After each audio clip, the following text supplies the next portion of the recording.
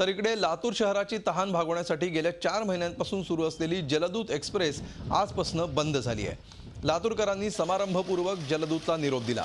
यावेळी लातूरचे जिल्हाधिकारी आणि महानगरपालिका आयुक्तांनी रेल्वेचे मोटरमन आणि रेल्वे प्रशासनाचे आभार मानत सत्कारही केला। 12 एप्रिलपासून रेल्वेने पाणी पुरवठा केला जात होता। लातूर शहराला पाणी पुरवठा करणाऱ्या साई नागझरी बंधाऱ्यात नुकत्याच झालेल्या पावसामुळे पाणी आलंय। जवळपास 3 दशलक्ष घनमीटर पाणी या बंधाऱ्यात आलं असून 15 दिवसाआड लातूरकरांना नळाद्वारे पाणी पुरवठा सुरू झाला आहे। त्यामुळे गेल्या 4 महिन्यांपासून अविरत धावणारी ही जलदूत रेल्वे बंद झाली आहे। 111 फेऱ्यांमध्ये या जलदूत एक्सप्रेसद्वारे आतापर्यंत जवळपास 26 कोटी लिटर पाण्याने लातूरकरांची तहान भागवण्यात आली। ये टैंकर जो है 4-8 दिन के बाद आता है और वो भी जो है हर एक घर को 200 लीटर मिलता है। क्या जो है सो पियेंगे क्या, नहाएंगे क्या, उसके अंदर क्या करेंगे।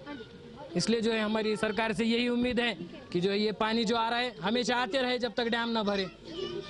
उजनी से जो पानी आ रहा है वो भी जो है जारी रहे पानी, कि लातूर वालों को जो है किस हद तक जो है ना उम्मीदें जो है ये जो है खस्ता नहीं होना उनकी। लातूर शहरासाठी लागणारं पाणी साई आणि नागझरी या बॅरेजेसमध्ये आहे। साई आणि नागझरी बॅरेजेसची क्षमता वाढवण्यासाठी श्री कुकडे काकांच्या अध्यक्षतेखाली जी जलयुक्त लातूरची चळवळ सुरू झालेली होती तिला चांगलं यश भेटलेलं आहे आणि क्षमता वृद्धिंगत झालेली आहे।